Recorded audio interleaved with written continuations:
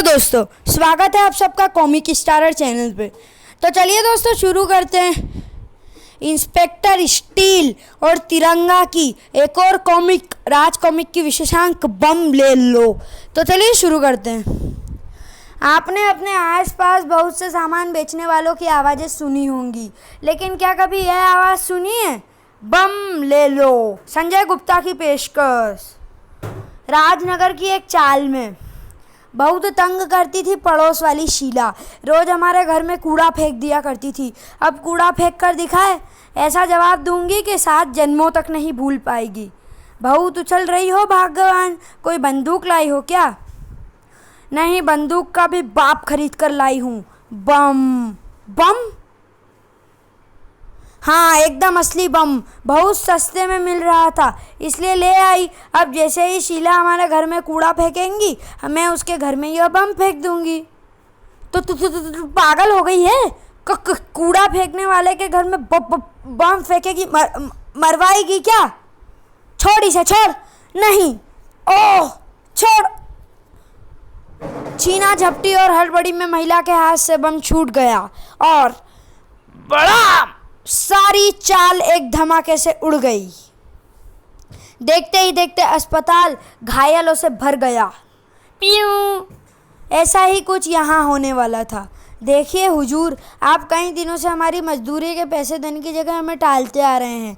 आज हमको हर हाल में अपना पैसा चाहिए। अरे अरे, तू तो मेरे को धमकी देने लगा। 2 टक्के के आदमी, जा नहीं देता तेरे पैसे। बोल क्या कर लेगा तू? हा हा हा, हम आपके सर पर बम फोड़ देंगे। बम फोड़ देंगे? बम फोड़ देगा? अबे कपड़े का गोला दिखाकर मुझे डरा रहा है? जा, तेरे पास पैसे, जा, तेरे पैसे नहीं देता। तू ऐसा कर, मेरे सिर पर बम ही फोड़ दे। अब खड़ा क्यों है? बम क्यों नहीं फोड़ता मेरे सिर पर? चल फोड़। ऐसी बात है हुजूर, तो हम बम फोड़ ही देते हैं। इस पतीले में आग लगाकर। ये लीजिए, ये तो सचमुच का बम है। भागो, ये तो फटने वाला है। अब क्या करें? भाग, जल्दी भाग। जो भाग सकते थे वो भाग खड़े हुए, लेकिन वह मल्टी स्टोरी बिल्डिंग कहाँ भागती जिसके एक ऑफिस में बम फटने वाला था, और बम के फटते ही वह बिल्डिंग भी फट जाने वाली थी। शायद नहीं, वह फर्ज की मशीन जो कहलाती थी इंस्पेक्टर स्टील। ग्रेट इंस्पेक्टर, तुमने इस बम को नष्ट करने के लिए अपना अस्तित्व दांव पर लगा दिया। वाऊ!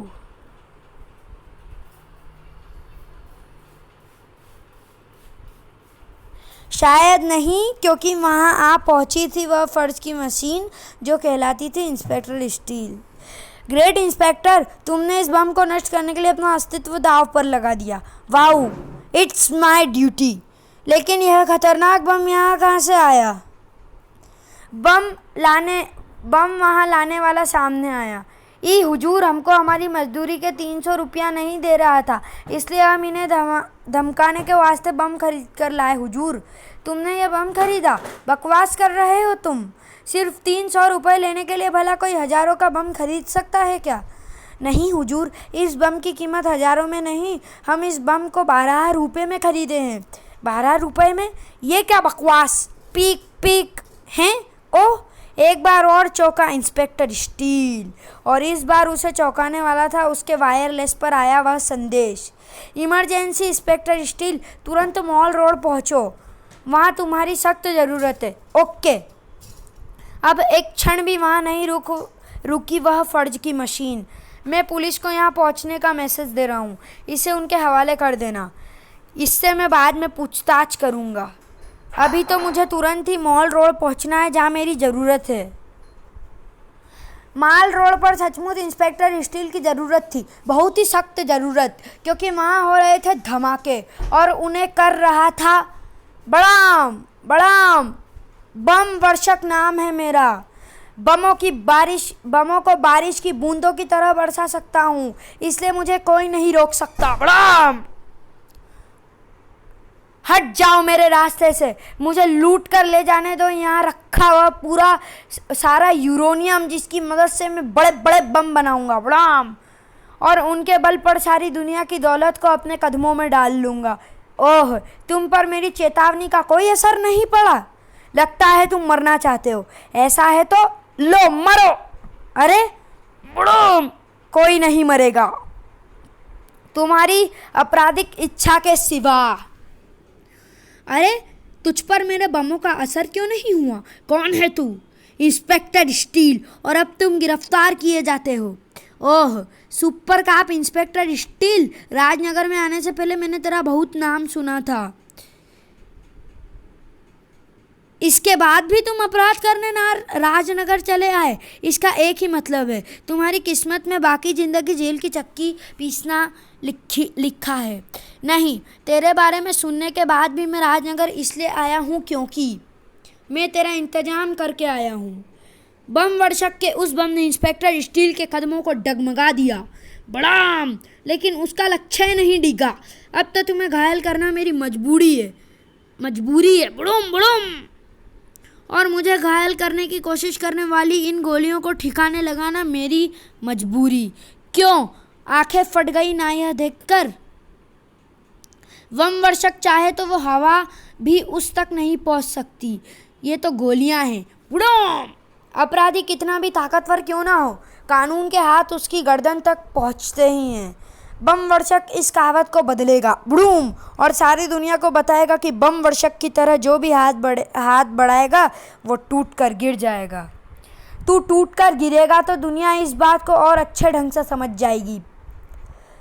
बड़ाक। ओह, इसके बमों की आंधी मुझे आगे नहीं बढ़ने दे रही, लेकिन मुझे इसे गिरफ्तार तो करना ही है। बुड़ूम, साथ ही अपने शरीर को भी नष्ट होने से बचाना है। लेकिन इसका क्या किया जाए कि बम वर्षक न स्टील को चैन लेने दे रहा था और ना खुद चैन ले रहा था। और कुछ पल में ही, बस स्टील, बहुत खेल लिया है तुझसे। अब मैं अपने बम भंडार के सबसे खतरनाक और शक्तिशाली बम का इस्तेमाल करके तेरे जीवन का खेल ख़त्म करता हूँ। ये रहा वो बम। अब बस एक धमाका करना होगा और फिर तेरे शरीर के लाखों परकच्चे हवा में दूर दूर तक नजर आएंगे। धमाका हुआ, लेकिन हवा में उड़ने वाले परकच्चे इंस्पेक्टर स्टील के नहीं, उस खतरनाक बम के थे। इंस्पेक्टर स्टील तो अभी भी फौलाद के अडिग पर्वत की तरह खड़ा था। कानून तोड़ने वाली हर ताकत का मुंह तोड़ डालती है मेगागन। कानून तोड़ने वाली हर ताकत का मुंह तोड़ डालती है मेगागन। बड़ाक। अब तो बम वर्षक के छक्के छूटने ही थे। मैं इसकी मेगागन का मुकाबला नहीं कर सकता। मुझे यहाँ से भागना होगा। बम वर्षक के उस बम ने वहाँ ऐसा गाढ़ा धुआं फैला दिया, ओह, जो इंस्पेक्टर स्टील के कैमरों को भी मात करता चला गया। ओह, उस समय इंस्पेक्टर स्टील को गाढ़े धुएं के सिवा कुछ नज़र नहीं आया और कुछ क्षणों बाद नज़र आया खाली मैदान। ओह, बहुत चालाक निकला। बम वर्षक बच निकला। अब शायद ही वह दोबारा शहर में आए, क्योंकि बम बरसाने की उसकी सारी पावर को मैं ख़त्म कर चुका हूँ। लेकिन बम वर्षक की इंस्पेक्टर स्टील के शहर में वारदात करने की इच्छा ख़त्म नहीं हुई थी। मैं हार कर नहीं बैठूंगा इंस्पेक्टर। मैं तुझे मात करने के लिए फिर से तैयारी करूँगा। फिर से।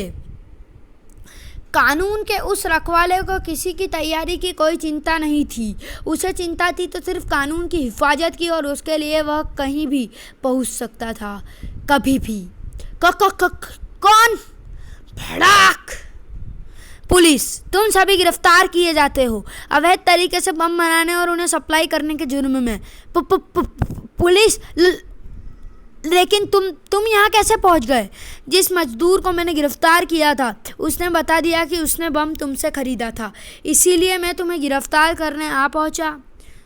हम बारूद के खिलाड़ी हैं, लेकिन हम बारूद के खिलाड़ी हैं। हमें गिरफ्तार करना बच्चों का खेल नहीं है। बड़ोम बड़ोम। कई शक्तिशाली बम इंस्पेक्टर की तरफ उछले, लेकिन एक भी उसके शरीर पर खरोच नहीं डाल पाया। कानून से कोई नहीं बच सकता। बड़ाम बड़ाम। चाहे कितना भी बड़ा खिलाड़ी हो, चाहे कितना भी बड़ा अपराधी हो। अब तुम मुझे बताओगे कि तुम्हारा बॉस कौन है और वह कौन सी जगह है जहां बम बनाए जाते हैं। यह बात तू हमसे नहीं जान पाएगा इंस्पेक्टर, क्योंकि यह बात तुझे बताने के लिए हम जिंदा नहीं रहने वाले। दोनों के मुंह तेजी से चले और अगले ही क्षण बुड़ूम। ओह, उन दोनों ने अपने मुंह में विस्फोटक विस्फोटक कैप्सूल छिपाए हुए थे, जिन्हें फोड़कर उन्होंने अपने आप को ख़त्म कर लिया। और उनकी यही हरकत बताती है कि मामला बहुत ही गंभीर है और अगर मैंने जल्दी इसे नहीं सुलझाया तो यह विकराल रूप धारण कर सकता है। प्यों! इंस्पेक्टर स्टील पूरी तन्मयता से उस केस को सॉल्व करने में जुट गया था। यह बात अपराधी से छिपी नहीं रही। हमारे 2 साथियों को अपना बलिदान देना पड़ा इंस्पेक्टर स्टील की वजह से।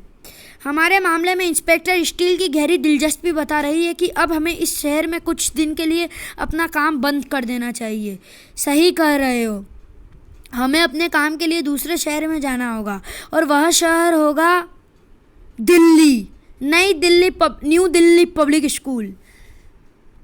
मैंने कल कहा था जो बच्चा होमवर्क करके नहीं लाएगा उसकी पिटाई होगी, इसलिए मुझे उम्मीद है कि सभी बच्चे होमवर्क करके लाए होंगे। सभी अपनी अपनी कॉपियाँ मुझे दिखाओ। अरे साजिद, तुम अपनी कॉपी क्यों नहीं दिखा रहे हो? और ये तुम अपने बैग में क्या छिपा रहे हो? वो मैडम, मेरे पास कुछ नहीं है। Shut up! दिखाओ मुझे, तुम बैग में क्या छिपा रहे हो? डरते डरते बच्चे ने बैग से हाथ निकाला तो उसके हाथ में थमी चीज को देखकर टीचर की घिघी बन गई। बकरी की तरह मिमिया उठी वह। बम! ये तो बम है। यस मैडम, एक अंकल ने 5 रुपए देकर मुझे ये दिया। उन्होंने कहा कि अगर होमवर्क ना करने के लिए टीचर मारे तो मैं इसे दिखा दूं। टीचर डर जाएगी। मैं डर गई। भागो! टीचर तोप से छूटे गोले की स्पीड से भागी और टीचर से भी कई गुना तेज स्पीड से भागी। यह बात कि स्कूल की 2nd क्लास के एक बच्चे के पास बम निकला है। कमाल है ये कमाल की शुरुआत थी और ये शुरुआत धीरे धीरे परवान चढ़ रही थी। आज दिन में मेरी बॉल पर छक्का मारकर तूने मुझे यह इशारा किया था ना कि अगर मैं तुझे कहीं मिल गया तो तू मुझे भी बॉल की तरह ढूंढेगा, कहा था। तो यह कि है हिम्मत तो ढूंढ कर दिखा। अरे ये काके ने जैकेट के नीचे क्या बांध रखा है? बम कहते हैं इन्हें, जिन्हें मैं तुम्हें सबक सिखाने के लिए अपने शरीर पर बांध कर आया हूँ। लगा मुझे हाथ, फिर देख मैं कैसे तुझे बम से उड़ाता हूँ। नहीं पिंटू, आगे मत बढ़ना। मेरे पापा कहते हैं कि बम बड़े खतरनाक होते हैं, इससे मत उलझ। भाग चल यहाँ से। सभी बच्चे भाग खड़े हुए, लेकिन इस बच्चे को चैन कहाँ था। भागता कहाँ है बच्चू? अपने आप को बड़ा वीरेंद्र सहवाग बनाता है ना। जरा मेरे इस बॉल को उड़ा कर दिखा। कैच! Super catch! कौन है इसे कैच करने वाला? तिरंगा! आउ बेवकूफ, मैंने मौत को कैच किया है और वो मौत इन बच्चों की तरफ तुमने उछाली थी। मुझे दे दो ये बम। ओफ! सुबह स्कूल के बच्चे के पास घातक बम मिलने की सूचना पाकर अगर मैं तुरंत ही सक्रिय ना हो गया होता तो इस चिल्ड्रन पार्क की तरफ कभी ना आता। आह! और तब तक एक दर्दनाक हादसा घट गया होता। खैर, जो टल गया अच्छा टल गया। अब तो मुझे यह सोचना है कि आखिर इस बच्चे के पास ये खतरनाक बम कैसे आए। जवाब बच्चे ने ही दिया था। एक जगह ऐसे बमों की सेल लगी हुई थी। मैं खड़ा होकर देखने लगा तो वहाँ मौजूद अंकल ने कहा कि अगर मुझे किसी से बदला लेना है तो मुझे ही वह बम ज़रूर खरीदने चाहिए। मुझे पिंटू से बदला लेना था, इसीलिए मैंने अपनी गुल्लक में से 50 रुपये निकाले और बम खरीद लिए। ओह, 50 रुपये में इतने बम? तुम्हें मुझे वह जगह दिखानी होगी जहाँ लगी हुई है बमों की सेल। पहले मुझे लेने दे यार, मुझे एक बैंक लूटना है। पहले तो मैं ही लूँगा, मेरे को अभी की अभी एक बंदे के टपकाना है। तुम सबसे ज़्यादा जल्दी तो मुझे है। एक बदमाश ने मेरा भीख मांगने का ठियाँ हड़प लिया है। कृपया लाइन में आइए। तुझे क्या चाहिए? एक हाथ बम चाहिए तो लाइन में आ। एक हाथ बम से मेरा काम नहीं चलेगा, मुझे तो सारे बम चाहिए और साथ ही मुझे तुम सब भी जेल भेजने के लिए। धड़ाक! ये कौन है? अबे तिरंगा है यह, और जहाँ तिरंगा आ जाता है वहाँ हम जैसों के ठहरने का मतलब है हम पर मुसीबत का पहाड़ टूट पड़ना। जो तिरंगा के बारे में जानते थे वो तो एक पल भी वहाँ न रुके, लेकिन जो तिरंगा के बारे में नहीं जानते थे ये हमारे धंधे को मंदा करने आया है, इसे निपटाना होगा। बड़ा अच्छा, मेरे रॉकेट बम के लिए यह काम मुश्किल नहीं। मुझे तो लगता है हवा के संपर्क में आते ही फटने वाले मेरे बम इसका काम तमाम करेंगे। इस काम को मेरे फायर बम ही अंजाम देंगे। ओह, यह सब अनोखे और अलग तरीके के बम बनाने में मास्टर हैं। मेरी किस्मत अच्छी है कि मैं अभी तक इनके बमों से बचा हुआ हूँ, लेकिन मेरी किस्मत ज़्यादा देर तक मेरे साथ नहीं देगी। अगर मैंने जल्दी इन्हें ठिकाने लगाने का इंतज़ाम नहीं सोचा तो 1 मिनट, शायद एक इंतज़ाम है यहाँ मौजूद यह रोशनी बम। तो चलिए दोस्तों, वीडियो को यहीं ख़त्म करते हैं और मिलते हैं इसकी अगले पार्ट में। तब तक के लिए goodbye, thanks for watching.